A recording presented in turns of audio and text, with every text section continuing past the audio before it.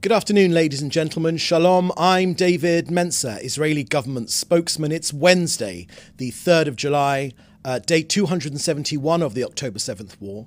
A short update from me and then over to your questions. First, on our hostages, 120 of them, among them children, women and the elderly, almost 9 months now.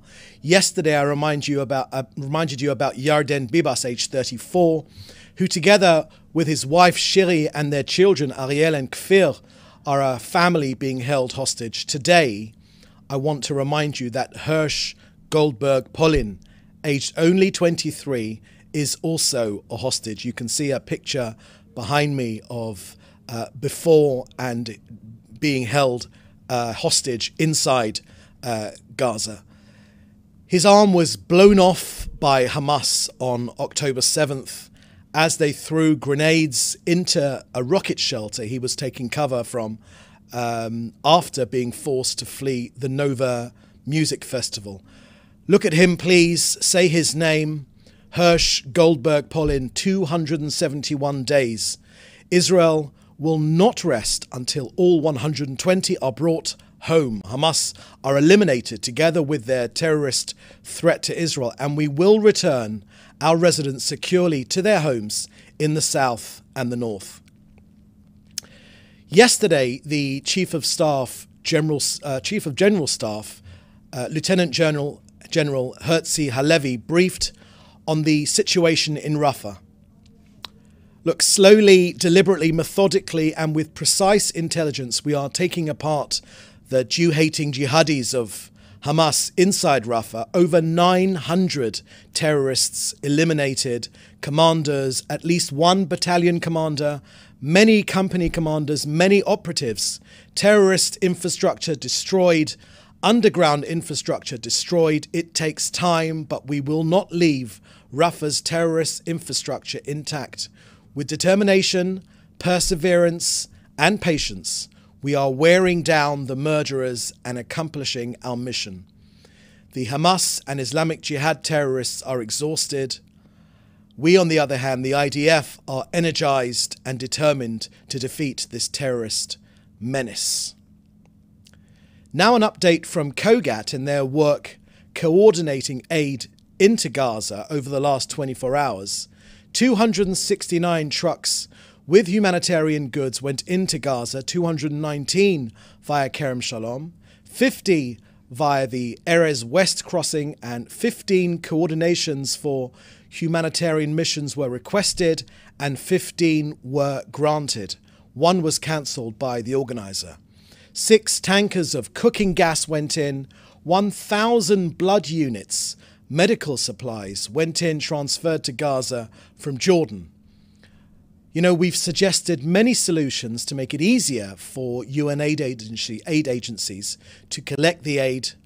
What are they? I'll tell you. Alternative routes, relocating aid warehouses inside Gaza, collecting aid at different hours with private security, and many, many more. But for 3 weeks now, all we've heard is the hopeless UN telling us they're still assessing. So, as aid piles up in the sun, and those that really need it don't get it, and you can be sure that UN officials line up behind the microphones of willing media and pronounce that it's Israel's fault, of course. Look, none of this is new. In many conflicts around the world, UN food convoys are attacked by criminals. Gaza is no different. Yet only in Gaza, the UN stops collecting and distributing aid from the Kerem Shalom crossing. So we say once again, no more excuses. The UN needs to do its job. So that's the end of our briefing today. I will now take your questions, which you should put in the chat with your news outlet. Thank you very much. Okay, the first question we have here is from Jodie Cohen at Weon in India. Please, can you comment on reports that Israel will soon test a pilot for humanitarian enclaves or bubbles of Hamas-free zones in Gaza to be run by Palestinian unaffiliated with terror, And how are these going to be managed? When are they expected to be launched? And what guarantee will there be that Palestinians who run the enclaves will be protected from Hamas, who have vowed that no other entity would run Gaza? Thank you for that question, Jody. I've got nothing more to add beyond what the Prime Minister has laid out in a fair amount of detail previously on the day after Hamas, as it's called here. Of course, first things first, Hamas needs to be defeated for there to be a day after. But I would refer you to the Prime Minister's comments, which he made on the 23rd of June during the Channel 14 interview. Next question is from David Clement from the News Forum. The deputy of Hezbollah says a full ceasefire is the only sure path to a ceasefire on the Lebanon-Israel border. Does that change the calculation at all for the war in Gaza? Thank you very much for that question. Look, the Prime Minister has made clear, as he mentioned yesterday, that there are many people around the world making all sorts of comments like these, that Israel will be prepared to end this war before all of our objectives are achieved. Look, no matter where these points come from, I would like to make clear on behalf of the government here, unequivocally, that this will not happen. The war will end once Israel achieves all of its objectives, including the destruction of Hamas and the release of all of our hostages. The government has directed the IDF to achieve these war aims, and the IDF has all the means to achieve them. We will not capitulate to the winds of defeatism, neither wherever they come from Lebanon, from Hezbollah, or from wherever they emanate. We are inspired by the spirit of victory, said the Prime Minister. And when it comes to Hezbollah, you know, we're going to continue to act against Hezbollah aggression. We're going to use all means necessary to restore security on our northern border and to safely return our citizens to their homes. It is Lebanon and, of course, Hezbollah, the terrorist organization, which is operating under the guidance of Iran, which bears full responsibility for the deterioration of the security situation in our north, in violation of UN Security Council resolutions 1559 and 1701. Hezbollah are a terrorist organization. They're in no position whatsoever to dictate any sort of terms. These UN resolutions are crystal clear, and Hezbollah needs to be behind the Litani River. One way or another, through diplomacy or through other means, Israel will secure its northern border. The IDF is ready. The people are united behind this objective, and we will be successful. This country's sovereign territory will be defended in the same way that any other country, any other decent country in the world would defend its own territory. Thank you. Next question from Joel Pollack at Breitbart News. Can you kindly respond to a Jerusalem Post article that alleges the Prime Minister was offered $50 million by Qatar? Thank you for that question, Joel. That's the first I've seen of that piece, and I really have nothing more to add. It doesn't seem to hold much water to me whatsoever, so I've got nothing more to add to that whatsoever. Next question is from, if we could keep scrolling down, and keep going. Question from Naomi Ball at the BBC. You mentioned the Chief of Staff talking about Hamas losses in Rafah. Can you give us a sense of how much control and how much of a presence you believe Hamas still has across Gaza as a whole? And that's from Naomi Sherbel Ball at the BBC. Thank you for that question, Naomi. The Prime Minister has made clear over the last couple of days that the time of Hamas being able to run Gaza or to having a control of Gaza, remember, it was our aim to destroy Hamas militarily and their governmental capabilities as well. That time is coming to an end. We have made very successful efforts to destroy this terrorist army. Most of its battalions now are smashed. The stragglers which are left behind are regrouping, but they are not organised in a way which they were before. We've had tremendous success in Rafah. We're going through those tunnels. Yesterday I released details, the IDF released details of rocket-making facilities which were uncovered in a tunnel. Again, in the Philadelphia crossing, this crossing is absolutely key because it's the lifeline for Hamas, and that's why it's so important that Israel retains control over the Philadelphia crossing, the border area between Gaza and Egypt. We know we're taking Hamas apart slowly, deliberately. We are with intelligence. We are doing it day by day. We are smashing them, smashing their battalions, and we are taking them apart. Look, I would just remind you that in the Second World War, not every single Nazi was eliminated. And in the same way, we think of our situation in the similar vein. But we know that Hamas's military and governing capabilities are being taken apart.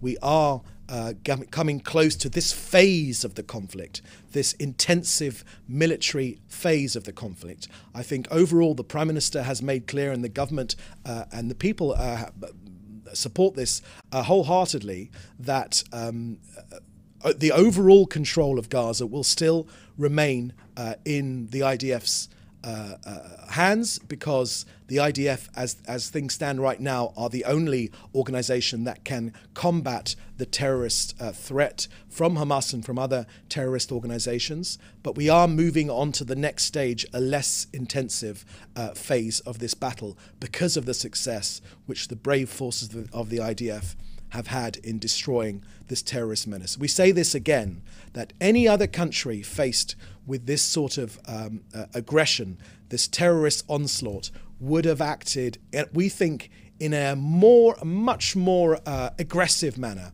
We've done this carefully, strategically, with the absolute minimum of civilian casualties.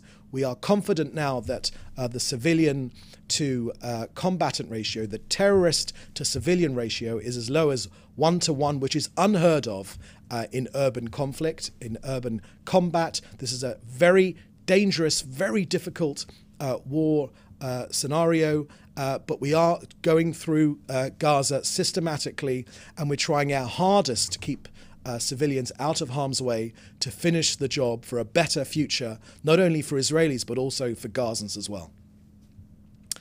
Next question here is from Avi Wolf from JFeed.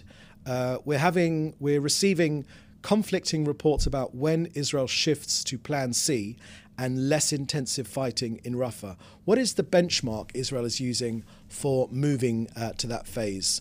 Thank you very much for that, Avi. The Prime Minister made these comments, I think, a couple of days ago now, about coming close to the end of this intensive phase. This war is not over. There is more work to be done. Our Chief of Staff of the Army, Halevi, made clear in his comments last night, which I shared with you just now, and I would point you to those comments. There is more work to be done, and we will, of course, the IDF and the government will, of course, keep you updated as the situation changes. Thank you for that. Now, we've got, I think, 3 questions here from Fred Ager, and Yahya Sinwar's whereabouts are known only to 2 or 3 people, according to reports. That Sinwar will not consider exile, and is considering 2 options: stopping the war and withdrawing occupational forces, or obtaining martyrdom. Is Israel still open to a deal with Sinwar exiled from Gaza? Thank you very much for that question, Fred. The Prime Minister did speak on this point in that 23rd of June Channel 14 interview, which he made, a fairly wide-ranging interview where he dealt with this point. And I would point you to the comments he made there precisely about Sinwar. Sinwar, needless to say, is a bloodthirsty terrorist, a bloodthirsty terrorist, and I think, well, I'll leave it to the comments which the Prime Minister made. I think he very eloquently laid out the position of the government. Secondly, Axios report that Israel and the UN are in talks with Elon Musk's Starlink over the possibility to deploy satellite communication system in the Gaza Strip to increase protection for humanitarian workers. Do you confirm that Israel is concerned with that the system could fail in the hands of Hamas and make the monitoring of Hamas's communications more difficult? Thank you for that question, Fred. I've seen those reports about Starlink. We haven't got anything more to add, except to say that Hamas are, of course, a genocidal, murderous organization. There is no trust whatsoever for anything, any belief anything which comes out of Hamas's mouths. They are baby killers, beheaders of women and children, merciless, bloodthirsty murderers, a rapist regime. So you'll forgive me for not wanting to comment on anything which they have said or haven't said. But when it comes to Starlink, we haven't got anything more to add on that story. Although I have, of course, seen those reports, but we haven't got anything to release right now. And there's a final question here, I think, from Fred Ager, Labour Party leader in the UK, Keir Starmer, whose party is widely expected to win the election tomorrow, has been attacked by Conservative rifles, saying that Starmer would be a part-time Prime Minister for not working after 6 p.m. on Fridays to spend Shabbat with his family. UK government's anti-Semitism advisor slammed the comment as dangerous. Is Israel's government concerned about the significant rise of anti-Semitic rhetoric and incidents in the UK, and in particular those that occurred during the 2024 election campaign, with 4,103 instances reported and 147% rise from the previous year? Thank you for that question, Fred, about the UK general election. Look, there has, of course, been a seismic shift upwards in anti-Semitic attacks against Jewish people the world over, in London, in the UK as well. Look, it's long been true that you can, a barometer of how stable a society is how is the number of attacks on Jews. There's a direct correlation between attacks on Jews and their stability and the openness of a society. So any society should be hugely concerned about attacks on Jewish people, and as there have been during this general election in the UK. We're in close conversations with the government of the UK. It's an important partner, maybe it's no secret to say that it's our best friend in Europe, and that remains the case, and we trust that that will remain the case whatever the results of the general election tomorrow. Let's see if there are any other questions. There's another question here from Hannah Julian from the Jewish Press. There are conflicting reports about how many and which weapons are being slow-walked by the White House. Can you provide any details on what exactly is being withheld at this point? Thank you very much for that question, Hannah. The Prime Minister has made clear with his comments last week, he was crystal clear on this subject. I don't think it serves anyone to go into any more details than he has already given. The relationship with the United States is absolutely key to this country. It's an important relationship from both sides, and we will always work together, as we are working together, to destroy this terrorist menace on the 7 fronts which we're facing, which are all being orchestrated by Iran. The US knows precisely what the threats to this country are. They are very, very real. This is a threat for this country's survival. I think the US administration, US administration definitely gets that. I think the majority of people in the US get that as well. And that is why the relationship is very, very important, but we haven't got anything more to add about these specifics. But that said, our enemies should be in no doubt whatsoever that we have the means and the wherewithal and the ability to defend ourselves. And that is precisely what we will do, one way or another, diplomatically or militarily, one way or another. This country will battle the scourge of terrorism, Iranian-backed terrorism, and we will be successful. Okay, I think that's the last question. So with that, I want to thank you for joining us today. We'll have another briefing tomorrow at the same time. So in the meantime, please do stay safe, and thank you for joining us. Bye-bye now.